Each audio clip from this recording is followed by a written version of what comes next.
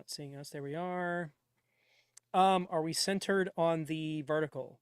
Because that was kind of like off and to the left or to the right. Can you give that a gander? I can. No. Stay put. Stay. You guys stay sitting still because I'm fixing you. Shit. Fixing you here. Sorry, I didn't say shucks. There's I said a shucks. shoot. I'm fixing the vertical or the. Here we There are. we go. Better. We're live, friends. All right, you ready? Yeah. Fantastic. And that's why they call it a neon sign. What's going on, everybody? This is the Cover Band Confidential Podcast, the podcast for cover band musicians and band leaders to learn how to rock more and suck less. In Atlanta, Georgia, I'm Adam Johnson. In Greensboro, North Carolina, I'm Dan Ray. Go ahead and wish everybody who is out there in the States a happy Memorial Day. That is the Yes. day that we are recording. Yes. And I just got back from a Memorial Day / birthday party for my brother and got to spend time with my fam and my dad and all that good stuff. And things are just the worm and the fuzzies, they're all abound. So Awesome. I'm feeling Very good. fantastic. Very good. How has your weekend been? Real quiet. We didn't do anything. It was great. It was great to not do anything. Kid got a little fidgety. Nothing is sometimes good. Yeah, you know, a 10-year-old child at home with parents doing nothing gets to be like flubber, you know, ricocheting Yep. about, and so we did have some of that. But apart from that, it was a very nice, quiet weekend. It was a good time. So we just sent our youngest off to sleepaway camp, and our oldest is in Tennessee with his grandparents. So we are kid free. Party But time. also today was the day that we decided to put the little one off of his like ADHD medicine. And boy, howdy, it, you know, sometimes you go, maybe it's not, medicine's not necessary. And you find out. And I had that experience myself because I thought I could take a medication vacation this week also. And I just sat on the couch and realized that like my give a damn just didn't exist. Huh. And I was like, oh crap, I gotta go take my Adderall. And that was what that's what I need to do in order to get stuff done. Listen, better living through chemistry, man. I'm all for it. I mean, it is what it is. If I could do it without it, I would do it, but I didn't, and I can't, so I did. Don't. Yeah, then there's no need to. The You got the pills. end. Do it. Yeah, Yeah. why not? Why put yourself through like, oh, I shouldn't be da da da. That's But ridiculous. it was literally, I was sitting there, I was like, my give a damn does not exist. Like, what is this? I had to. So that's a thing I learned about myself this week. Good. My reliance on pharmaceuticals remains. Know yourself. So this week has been interesting because, you know, we had this really great conversation about how to leave a band in a eloquent way. And unbeknownst to me, our new guitarist was going through some stuff and realized he needed to exit the project. And so while we had already kind of shared the live stream and all of that, I got a message from him just basically kind of bowing out in a respectable way. Yeah. And so I got to share that on the Patreon feed that was like, hey, if you are thinking about quitting a band, here's a good way to do that. Yeah. Here's the template. Yep. And it wasn't necessarily him quitting. It was more of I'm not able to do this the way that I want to do it. It was very much it's not you, it's me, which is, I mean, Whatever. people kind of joke about that, but I don't begrudge him whatsoever. I mean, we got to look at these things from a realistic standpoint. We're in our 40s. We're married. We got kids. We got lives outside of this entity. A lot of us have more And than he one was- project. Right. And he was just basically like, I can't do this the way I want to do it. And so I'm not going to Yeah. try and kind of squeeze this in, shoehorn it in. But he didn't say, hey, don't call me. He just said, I can't be first call. Totally respectable. Love it. Yeah. And he will still get a call every single time we got something coming up. And it's the right to first refusal. I feel like that's a totally realistic, healthy, normal way to approach these kinds of things. And Yeah. that's where we're at. And as a band leader, as long as your bench is deep enough, like it's really no harm. Nope. So yeah, it's great. No issue whatsoever. Yeah. So, but it was, I mean, the timing is not lost on me. It seems to be that when we hit topics, they seem to kind of play themselves out in real life. And I guess we'll see how this week goes. This week's topic is another uh, submission from our listener base, and I Yep, think it's it's a good one. definitely a good one to dig into. So you got some, I've been really just spouting off about new gear, and you got something new. And if you're watching the live stream, it's actually right there in frame. In So why don't plain you tell us sight, about that? or on Yeah. YouTube. Yeah, you're seeing it right now. So pardon me, here, and I apologize to those of you only listening and not watching right now, but I'm pointing up in the frame, and what's above my finger in the frame is my logo, Dan Ray Live Yeah. Music, with the vintage mic on it, the Super 55 that I use when I play, surrounded in a red star. People have referred to that as like a communist red star. I don't. It was not my intention when I put it on there, Okay, but comrade. yeah, if you imagine that, that probably puts it vividly in your mind. So, yeah, and now I'm holding up a little remote control, and I'm going to push the red power button, and that thing lights up. Hey. Oh, it's a neon sign, is what it is. Dan Ray Live Music, and um, I am so in love with it, I can barely see straight. It's it's on its lowest light setting, and I could put it higher. The camera would adjust so you wouldn't see anything, those of you watching, but Right. it gets bright. And then it has a bunch of like flashing modes that I will never, ever, ever use, that are all driven by the little remote here. Hmm. It's not neon, it's actually LED strips, but they get Hmm. very bright, and they're in two different colors. The Dan Ray and the outline of the star is white, and the mic and the live music is kind of light blue. Um, and they come to me from a company that just did a good job of Facebook marketing. They kept showing up on my feed, and I kept being interested. And so I said, well, what could it cost? The company's Orant Neon, ORANTNEON.com. And I can recommend. I can fully recommend. Okay. So you send them your logo, they send you back a proof, like a design. You approve it or give updates. The one behind me right now is 20 inches across, which is their smallest Yep. size.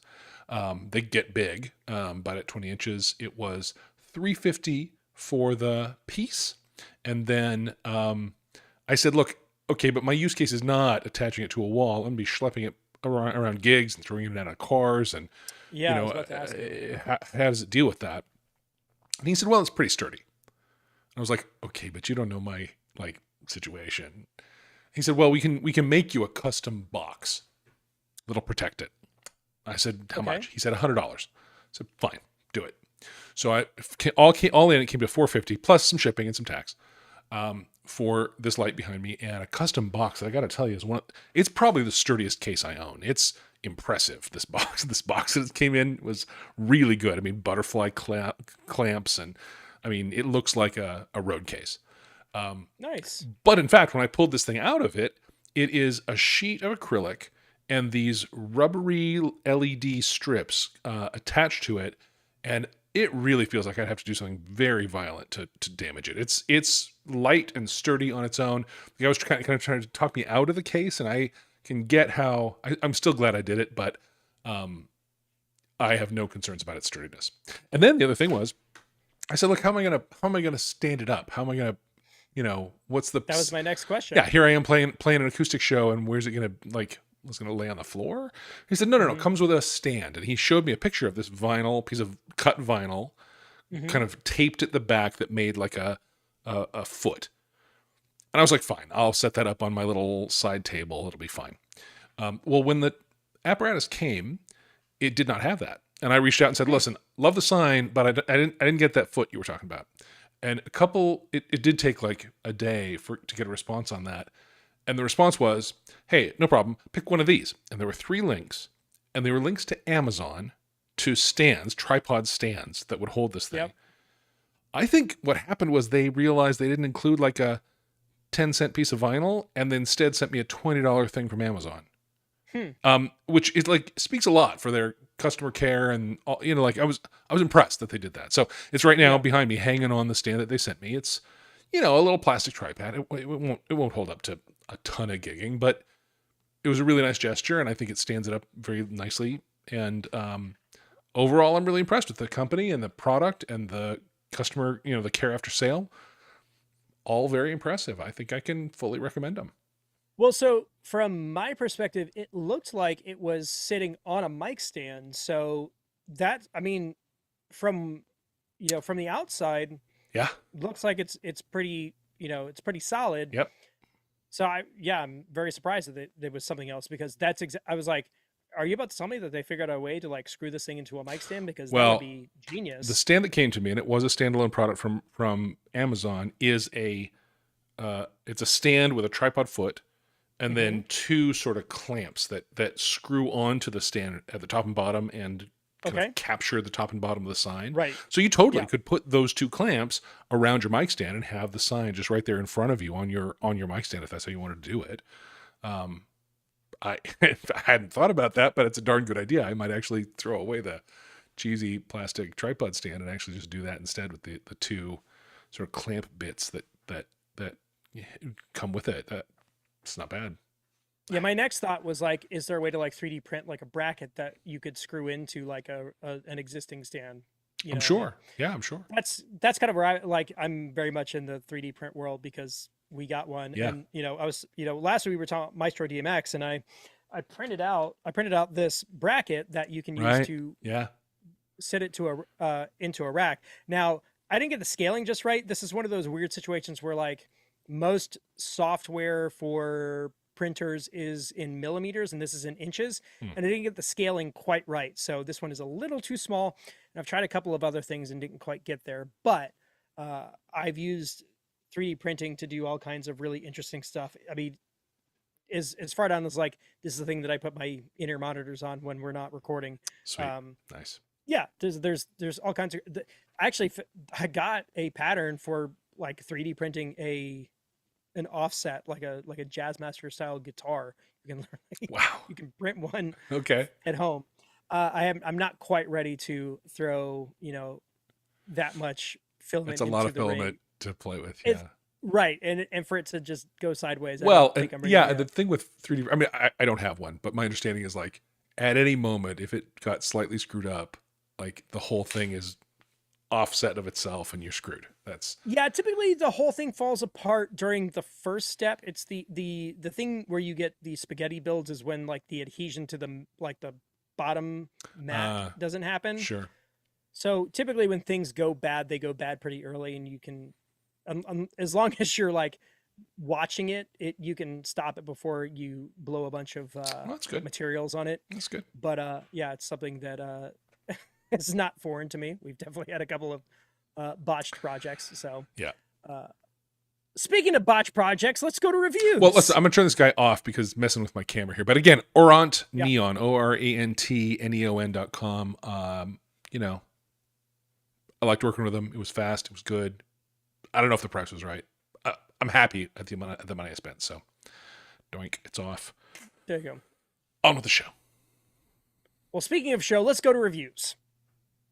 This one is from Joe Hopkins, and Joe is actually a member of the Patreon, and he was a part of the Facebook group before he hopped into the private group. Love Joe. And this was a DM that he sent to me, and then I was like, "Hey, you should share this with the rest of the group." So this ended up in the Rockmore channel, which is one of the ones where we talk about Mm. victories, things that we've We accomplished. also have a suck less channel. We do, Yeah, and that's the place where you get to complain about how things are commiserating going. and yes, belly aching. Yes. So Joe said, "Big news. Me and my wife's cover duo booked our first paid gig. It will be this fall. Thank you so much to Adam and Dan for the So You Want to Play Acoustic Gigs episode and for building the community and information base. Listening to all the episodes and being a part of the Slack has given us the motivation and tools I needed to get where we are." So cool. So, So cool. I mean, that is honestly why we do what we do. And it was also cool because that particular post sparked a bunch of other posts from other people who have kind of hit some milestones that they wanted to share. And it's just, it warms our hearts that the thing that we decided to do 4 or 5 years ago has impacted other people Yeah. in the way that it has. Yeah. So the warm and fuzzies are very high this week. For sure. And I love that a conversation about giving yourself a deadline. The Yep. story I used about throwing your hat over the fence, has inspired Joe and some others, and for sure myself. I am busily making tracks and stuff for my '80s band that has a gig on the books and has essentially nothing to show right now. I couldn't put that show on right now. I could do maybe 20 minutes. Yeah. But I'm deep in my exploration of how to build tracks for it and how to make it all come together. I had this idea. I'll share this Hmm. since we're talking about these sorts of things. I think it came from Mike Schulte, but I'm not sure. If I'm misattributing that, I apologize. But somebody from the Slack talked about having an audio bed that they walk on stage to. Hmm. And so I built myself and posted in the Slack just earlier today a whole sequence of sort of '80s iconic pieces of audio.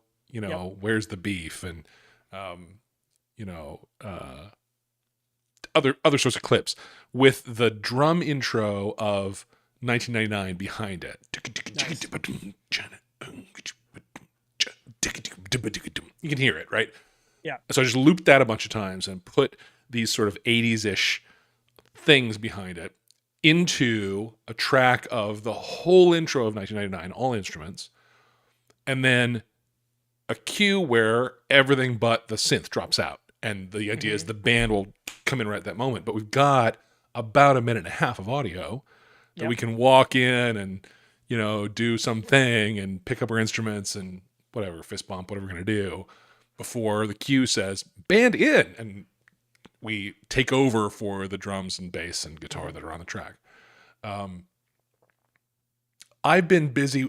I've been busy on this project. I think I have a logo design. Like all of this stuff is pulling me into action because I threw a date out there and somebody said yes, and now I have to come up with a solution. And it's just the most potent trick I know for getting yourself into action. 100%. Yeah. We're thinking about doing the same thing for the '90s thing that we've got coming up in July, because I want there to be something more than just a song one, song two. Let's make it interesting. Let's make it compelling. Yeah. Let's stand out. And in our world, we've got a client that wants to book us for a date in 2025, and they're going to that event. And so we've got future stuff that's writing on it. So I mean, to me, the pressure's on. We got to make sure that we stand and deliver. And we're getting in the room this week because we've got a gig this coming Saturday, and it's not like our standard run of the mill situation. We're doing kind of like a backyard crawfish boil kind of thing, and they want a different kind of flavor than what we normally do. We are going to add Mr. Brightside, which is a song that we've never done, Mm, and just kind of living in we're trying to be less attention grabbing initially, but also kind of pivoting towards the end of the event because it's an afternoon kind of thing. We're kind of there as wallpaper until attention shifts focus. So we're still kind of working through all of that, but it's the first time we've gotten in the room in a while, and we've got a bunch of dates that we've confirmed. I got some sub work that's got to come in, and we've got some things that we've got to hammer out. But like this gig is kind of the beginning of our busy season. We've got a lot of stuff coming up, and we're ready to just kind of kick the tires and light the fires and get going. very So cool. it's been a while, and I'm excited. Very cool. And I have no doubt that you guys are going to be able to just crush Oh, this. yeah. We picked out our first dozen songs to learn, and I'm busily making tracks for them. Here's one thing that's kind of cool is for the first time in the history of this project, I won't be necessarily locked to guitar. There'll be Yeah. tracks that don't include guitar. Hmm. There's no guitar in the original. So I won't be playing it. I will set it down and I will get to be a vocalist and take my mic out of its Yeah. stand and actually run How around about some. that? Like I haven't gotten to do that with this gig at all. So yeah. Yeah, it's fun. It's funny you mentioned you were talking about 1999. We were dropping our youngest off at sleepaway camp, and we stopped off, and this Jeep pulled up. It was purple, and the name of the Jeep was Purple Rain. It was written in like the font, and they had like the Prince logo and stuff on the side mirrors and all of that. And Awesome. I was like, I'm sorry, I have to take a picture of this. I'm in an '80s band. This is just perfect, and they were very very nice. So, See if they'll come. uh, See if they'll park the car at the shows. we'll have to see. Yeah. All right, so let's get into the main topic this week. This is another one that came in through honestly through the website. So we've got a submission form that you can fill out if you want a specific question answered on the podcast or just through us. We got a really interesting one about starting a tribute band from scratch that Dan and I are just not quite ready to dig Yeah. into. It is Yeah, we there's a lot. gotta do some backgrounding on that one.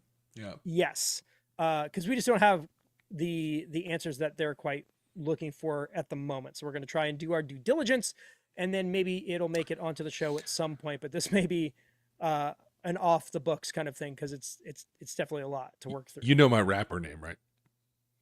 Tell me, Dude Illigence. Dude Illigence. I love it. Love it. Yeah. So this came in from a guy named Kent Anderson. And he's got a band called Petty Larceny, which is a great name. Yeah. And you'll understand why Yeah. in just a second. Yeah. Yeah. So Kent says, "Hey guys, great podcast. Love it. Have left a 5-star review, but apparently something went awry. So somewhere along the line, he dropped us a good review. We just haven't seen it. Yeah. I play with an award-winning and popular Tom Petty tribute in central Massachusetts. Hold on.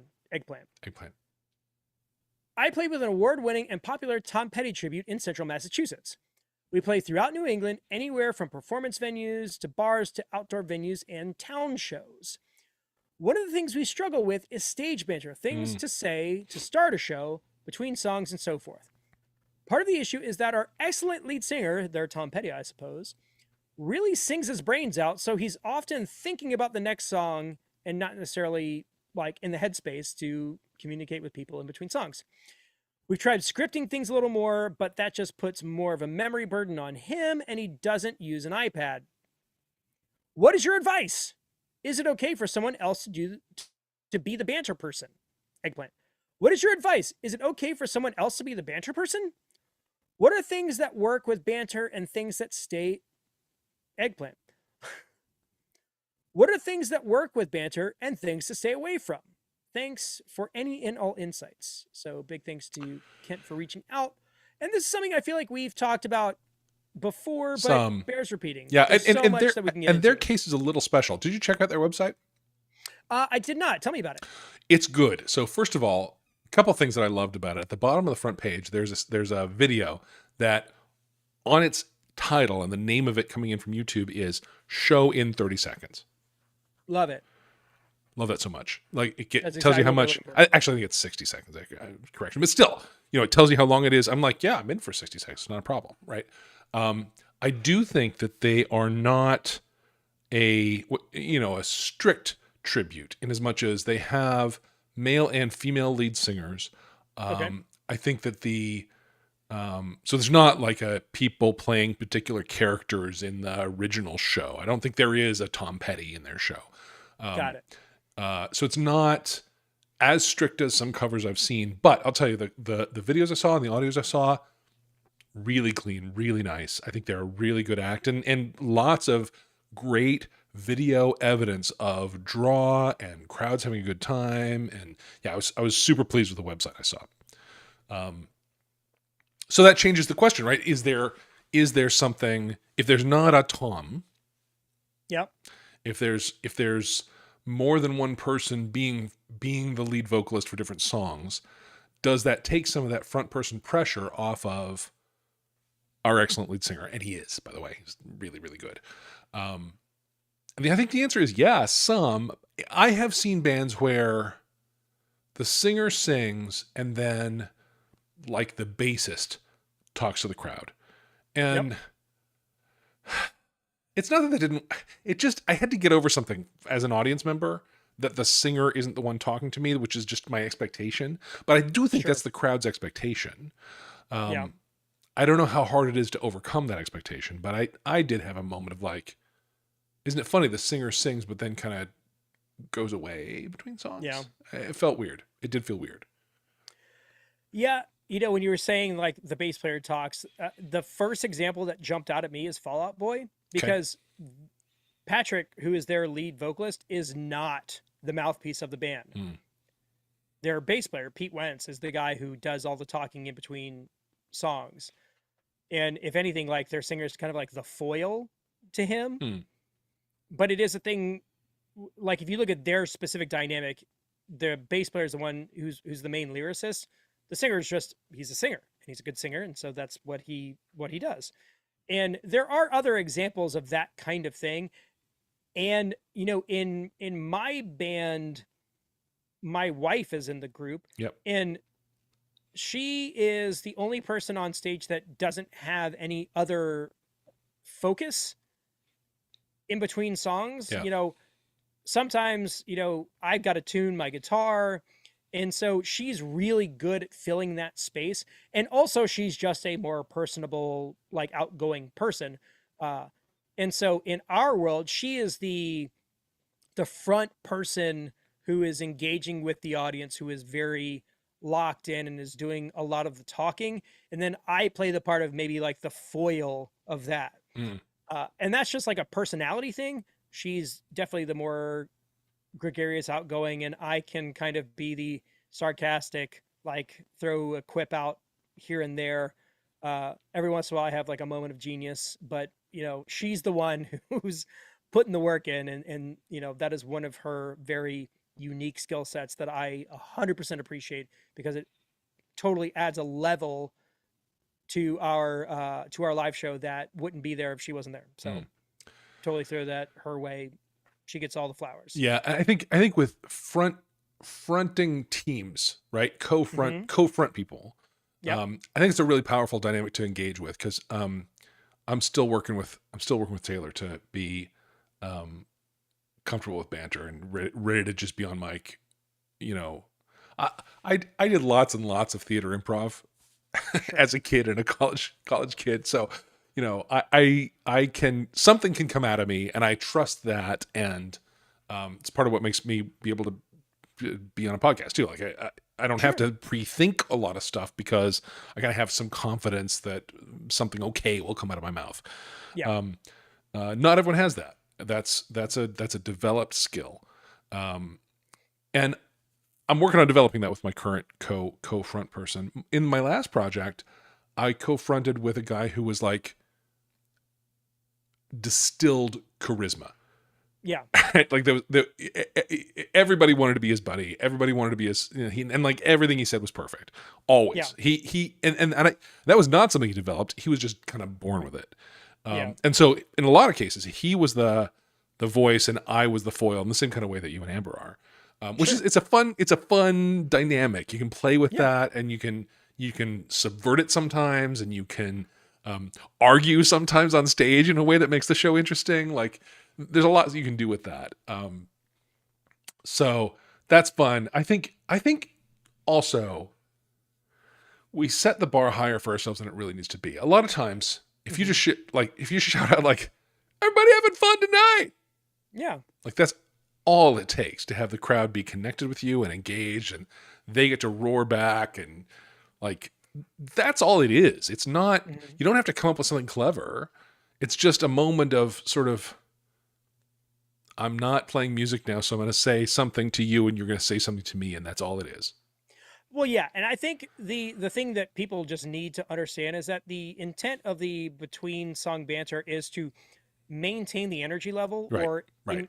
like keep that engagement happening. Yep. So you don't need to reinvent the wheel. It is like, are you having a good time? I Are mean, you still with us? for our purposes, we're not doing like singer songwriter storytelling. Let me take 20 minutes between songs to set up this next thing, tell you Yeah. where it came from and who I was with when I wrote it. And Yeah. this isn't that, right? In fact, I set my show up so there's very little need for banter, because we're bang right into the next song. There's Right. really no space for it. Well, Um, and that's a good point, because you were talking about the intro with like the different sound clips and stuff. You can engineer your show where like there is no in between banter. You can just program that stuff in. yeah. So you could just put sound clips or movie whatevers, and literally say nothing Listen, in between my songs. plan is, when we set up the break, the last song before break, the track will end with, "After these messages, We'll we'll be be right." right back. Exactly. We all know it. Yeah. So here's my confession. Like the way that I keep thinking about this 90s gig is like the band was frozen in ice during MTV Spring Break Yeah. 1998. Perfect. Perfect. And I just want to keep saying like, spring breakers, make some noise. Yeah. And I know that like it would get so annoying so fast, but that is No, exactly what I want to do. that's the vibe. That's the vibe. I love it. We got Carmen Electra coming up right after That's right. this. That's right. That's right. Stay tuned for the grind. Yeah, stick around for Tia Carrere. Oh God, that would be like. But that's the other thing you got to be careful about. Is like the thing that's funny to us may not necessarily be, what would actually work for everybody else. Or at best, it's a one-time joke. Like Yeah, you're not going to get away with that all night.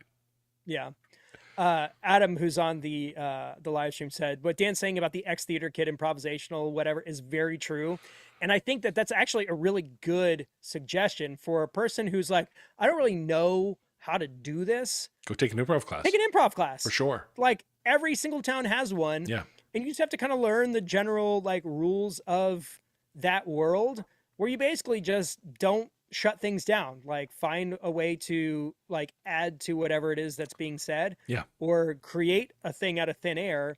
And just think of things that like make sense in that world. Yeah, but it's all about keeping the vibe open and keeping the energy going. My child has been, who is now a theater kid, has been in an improv class for 6 months, and it was parents visit week last week. So we went to a few of the classes she's taking there, and we did go to the improv one. And I'm not gonna say my kid was the best improviser there, but she totally was. She completely was.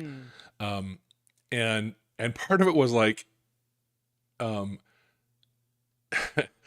it was the way she adapted immediately to whatever the scene was that she was stepping into, and then pushed it in ways that were unexpected. And that's similar. It's similar. You know, you here you are on stage. If you're going to do something, have it be interesting, right? I can't remember who it was, but like somebody famous talked about their acting coach giving this one piece of advice, which was, don't be boring. So That's it. Don't be boring. For sure, in your banter, don't be boring. Scripted, by the way, is boring. Don't do scripted. Sure. Terrible. Like I do remember like when I was playing original music, there was a group that we played with that had a script. And as long as it was the first time seeing them do it, it was probably great. But as the band that played with them over and over again, like, all right, here they go. Here it is. And that's fine. Yeah. And because listen, it is show business. And the reality is that you are going to get yourself into a routine that you're going to do over and over and over again. And once you kind of get some sort of established reputation, your job is to find ways to engage your existing audience while still being appealing to new audiences. Right. And kind of finding the balance between those things. But when you're just getting started, coming up with a couple of bits is totally fine. The ones that I always did was like, we would introduce ourselves as members only. And then like halfway through the set, we'd be like, we're still members only, right. Like just stupid stuff. Yeah. It's just a way to show one, that you're having fun and that you don't take this too seriously. But it could literally be name a venue, make some noise. Oh, for sure. Every 4 songs. Absolutely. Again, everybody having fun tonight. Yeah. It's stupid. It's stupid, but it works. I'm working on some kind of gag. It's not fully formed in my head yet, but my new band's called Big in the 80s, and my chick singer was born in 2000. So like something about like, we were big in the 80s except for her. I don't know. That's not it. But yeah, you got something in that ballpark. But that's not it. No, for sure that's not it. But something. I'll work with her on that. We'll have it be something fun. But that might be kind of a scripted moment. And in the places where I've had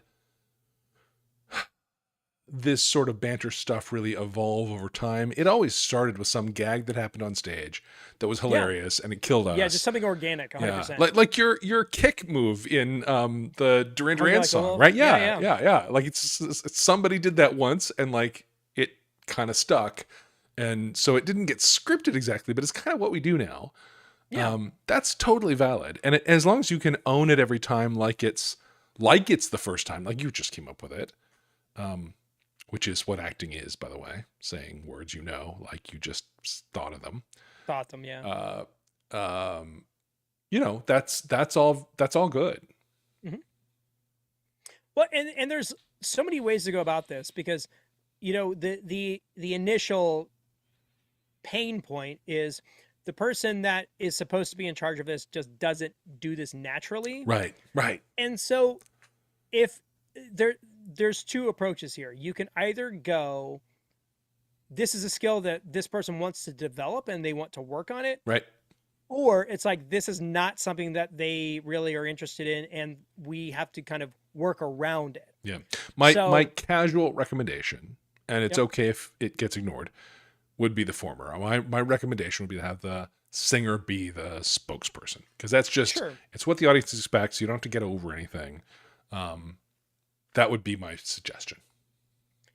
And the thing that we always talk about is that your job as a band, and if you're the person holding the microphone, is that you need to be the thermostat for the room, not the Right, thermometer. right.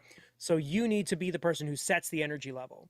And if you're not sure what that means, do some research. Go watch some other bands that you know that are really good at that and kind of take notes at what they're doing.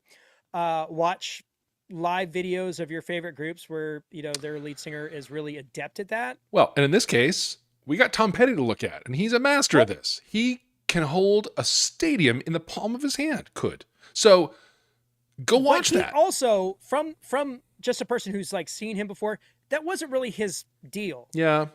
He was kind of like, I don't know if the closest artist that I can kind of like equate him with is kind of Joe Satriani, Mm, where he's just kind of like, hey, it's really cool that you're here, and we're gonna play some music, and we hope that you enjoy it. Like, it is very like, there's this humility to it that is like really, first off, it's unwarranted because like you're watching a absolute master at their right. craft do what they do, but it is very much kind of like this isn't a big deal, you can kind of Well, whatever. all right. So as a tribute act, you can cultivate that vibe too. Sure, if it is something where you are like doing a straight impersonation, yeah, go watch, you know, archive footage of the way their live show goes, Yeah.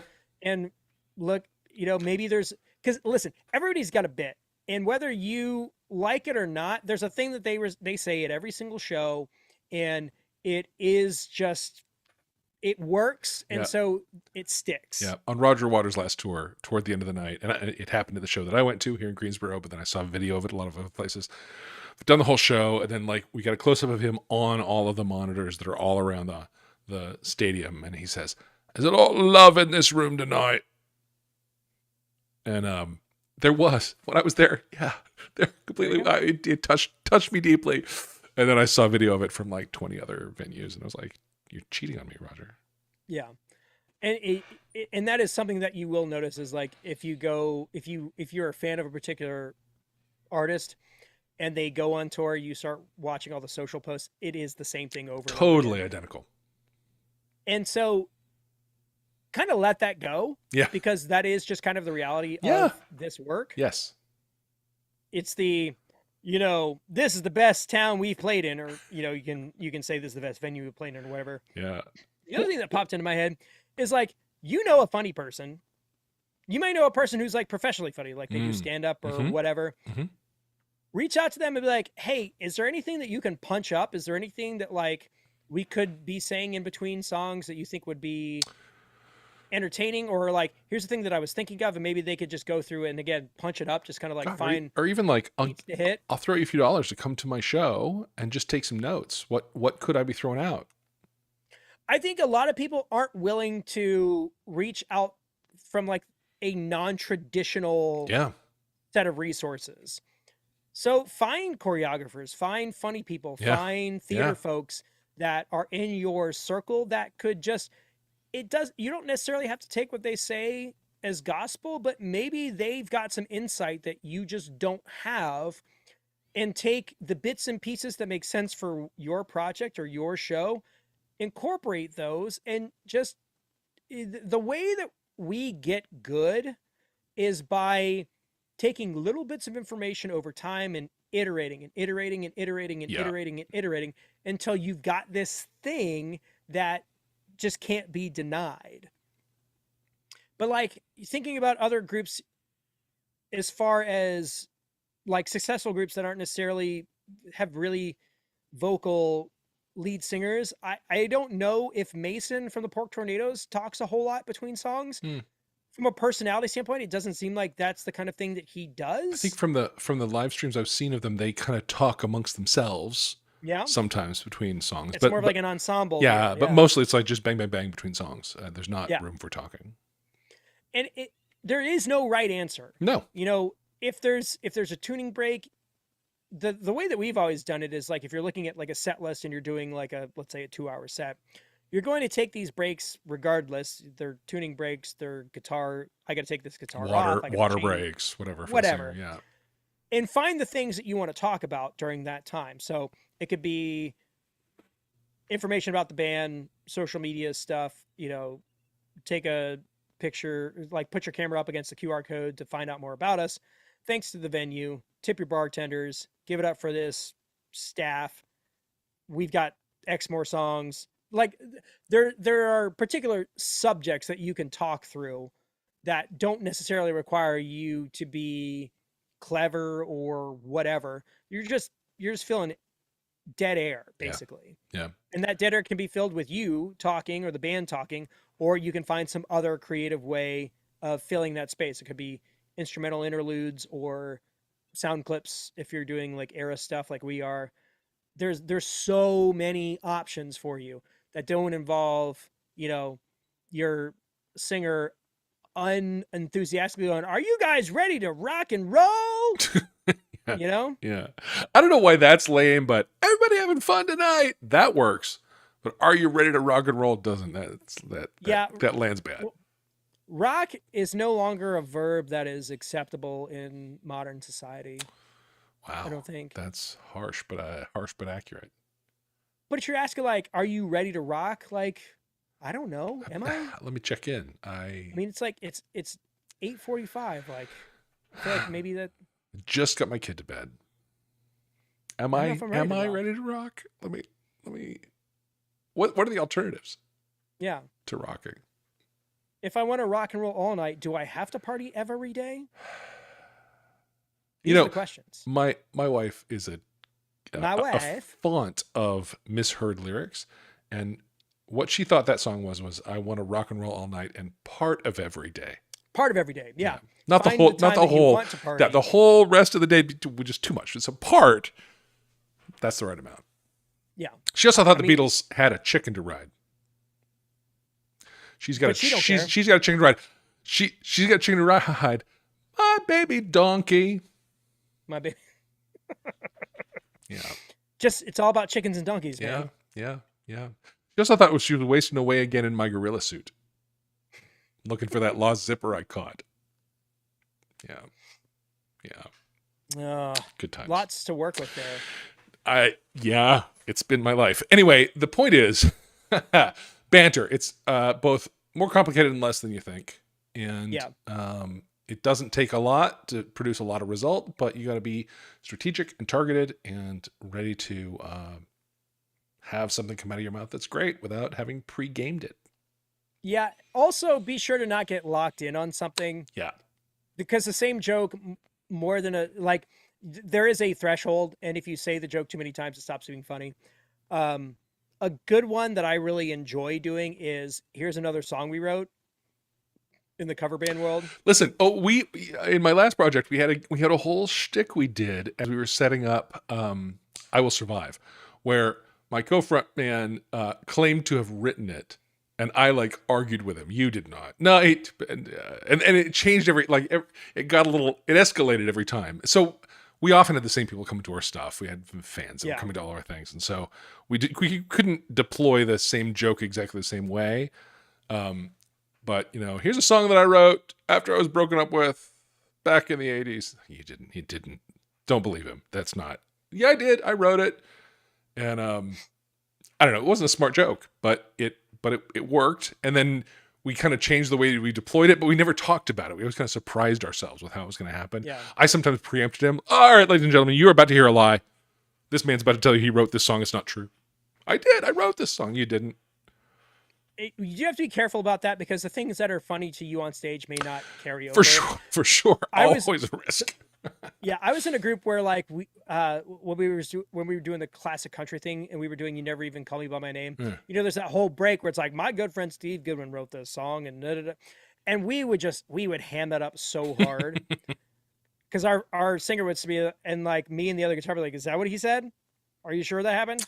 And it got, I mean, some nights it went fully off the rails, and Mm, like that interlude was like 10 minutes long, and we were just absolutely yeah. out in At some point, space. you're just entertaining yourself, but Exactly. yeah. And so you can get away with the hey, here's another song we wrote. And you know, when we did Africa, we'd be like, here's a song by a little band called Weezer. You know, I mean, just like throwaway stuff. Yeah. But again, you get a couple of those, and then you have to figure out a way to get a like you got to find something else. Yeah. So, you know, take opportunities, think about the stuff that like cracks you up at rehearsal, but like look at it from an outside perspective and make sure that it's not something that's so insular that it's lost on, you know, people who are just Right. casually, Right. Right. you know, observing. But there's no right answer. It's trial and error. It's all of the different things that you can try out.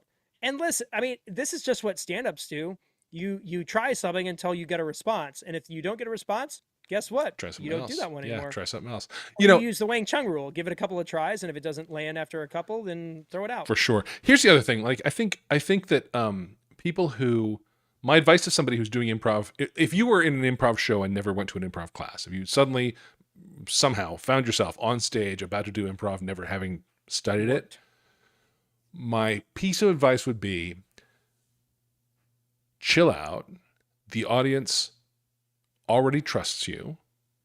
You already have everything you need to know, and believe that when you open your mouth, something's going to come out that'll be working. And I think a lot of this banter stuff is about the distance between me and the audience. It's about the distrust of the audience, of my that I have for how the audience is going to respond to me. There's a lot of fear in it, I think, Yeah. for a lot of people, and um, that's, I don't know. You and I may have done enough shows that like I don't get stage fright anymore. I get kind of, I have a sense of um, setup anxiety that's about the work of setup. But for me, like I'm the minute I get to downbeat, I am 100% home. There's like no disconnect between me and the audience. I have no fear of what they're thinking of me. That used to happen to me, but it's totally burned out by now. Just the number of sheer stage hours I've spent. Yeah. But I think this question kind of speaks to somebody who hasn't maybe been through that process yet and is still kind of on stage like, oh my God, they're looking at me. Mm-hmm. And they are. Yeah, they are. And they want you to be awesome. And they're willing to bend the things you say toward awesome Mm-hmm. because they want that so bad. Well, the other thing that just kind of occurred to me is that what people are looking for is authenticity. True. And so even if the only thing that you say is tied to just gratitude, Yeah. like thank you for being here, Yeah, like that is mileage enough. for sure. So No, listen, it's amazing to be here. Thanks so much don't for overthink coming. it, you know? Yeah. Yeah, that's great. Say that. That's great. That's really, I mean, if nothing else really feels like you, Yeah. just be grateful. Yeah, we're so proud to be here. Thanks so much for coming. It's so Yeah. cool that you guys hung out with us all Yeah. night. Yes. Yes. That's a You got great direction to lean. sitters. Yeah. You did Everything you it did all took. the things. Everything You it bought a took for you to ticket. be here. You're so great. Thank you so much. You've been so awesome tonight. Totally. So We've loved playing for you. That's the thing. Mhm. When I take a break in my acoustic show, I often go up to a couple of tables that have been engaging with me and tell them like, man, you guys are so great to play for. Oh my God. I'm getting so much back from you guys. I love it. That table's going to stay till close. That table's sure. not leaving anywhere. Cause I've just said to them like, I need you. You're awesome. Thank you. Thank you for what you're giving me. And, yeah, if you can put some of that out in the crowd, that's powerful. yeah, I mean that's another thing I really enjoy. Like I I will like in between sets if somebody's really like being engaging and stuff. Mm. I'm like, you get the MVP for Yeah. tonight. You get game ball because you're really making this fun for me Right. or for Right. us, Yeah. and I appreciate it so much. Yes. And you don't have to wait to do that in between songs. You can do that on Sure. stage. Another thing that we do as far as like keeping engagement up, again, this is an eras thing. This is a thing that works for us, may not work for everybody. We do giveaways. Mm. So 80s band, it's really easy. I go to Target, I go to Walmart. The $5 DVD bin is full of Breakfast Club, E.T., Beetlejuice, like all of the Sure. Yeah. classics. You get a handful of those, and then you get like an 80s trivia set, and you just start asking questions, and then like, oh, you get that. So that's a way of filling that time Hmm. that doesn't necessarily involve you being creative or kind of like trying to think of something on the spot. It's just a way of filling that time. Yeah. There is some MC skill involved in that, but Yep. it's not like you don't have to come up with something clever. Right. It's like, who wants a free pair of sunglasses? Who wants a DVD? Who wants free stuff? Just period. Yeah. You know, Everybody wants free stuff. it's easy. So think it like make kind of look through everything in a kind of holistic way, because it doesn't necessarily have to be, I've got to be the most charismatic, sexy, front person to get people like eating out of the palm of my hand. Just be engaging, Yep. be genuine, Don't be boring. authentic. Like, just make sure people are having fun. Yeah. Like, think about like your show is like people coming over to your house for a party. Make sure that they've all got their drinks topped off, that they know where the hors d'oeuvres are, and they can pick up their. I'm running out of All those things. metaphors. Just all the things. Just all the things. Yeah. Be a good host. Be a good host, because that's what you are. You're throwing a party and you're the host, and you are welcoming and inviting and bringing them in. All of that. Put a bow on that. We're done. That's it. I love how we were headed toward a finish there, and then we were like, oh, wait, we have more ideas. That was good. Yes, because we are so professional. We have this all mapped out Oh, yeah. ahead of time. This is not just a stream of consciousness kind of thing. Not the you know? slightest. Not the slightest. Nope. Ever. Yeah. Neither of us are improv kids. I've done it. I wish I definitely feel like it would be a net positive just for this to be able to kind of like jump into things. And I feel like we're good with our like, a bit pops up. We're pretty good at like yes-anding each other. Yeah. But that is a thing that I've definitely thought about. Like, I feel like an improv class would make me a better podcast host. But it also is maybe a more obnoxious person in general also. So you have to kind of weigh those two things. Maybe. Absolutely. Big thanks to Adam and Jesse Harmon and Confused Breakfast for dropping into the live stream and saying, hey, Good to see you guys. man, we're making headway on the stream stuff. I really appreciate, folks checking in with us. And this is a non-scheduled time because we've just, holiday weekends, it's tough. Yeah. We had a lot of stuff going on, but Thanks also to Kent All good. Anderson and Petty Larceny. If you're in Central Mass, you should hire them. They know what they're doing. 100%. They know what they're doing, and then don't be judgy about their banter. They're working on it. That's right.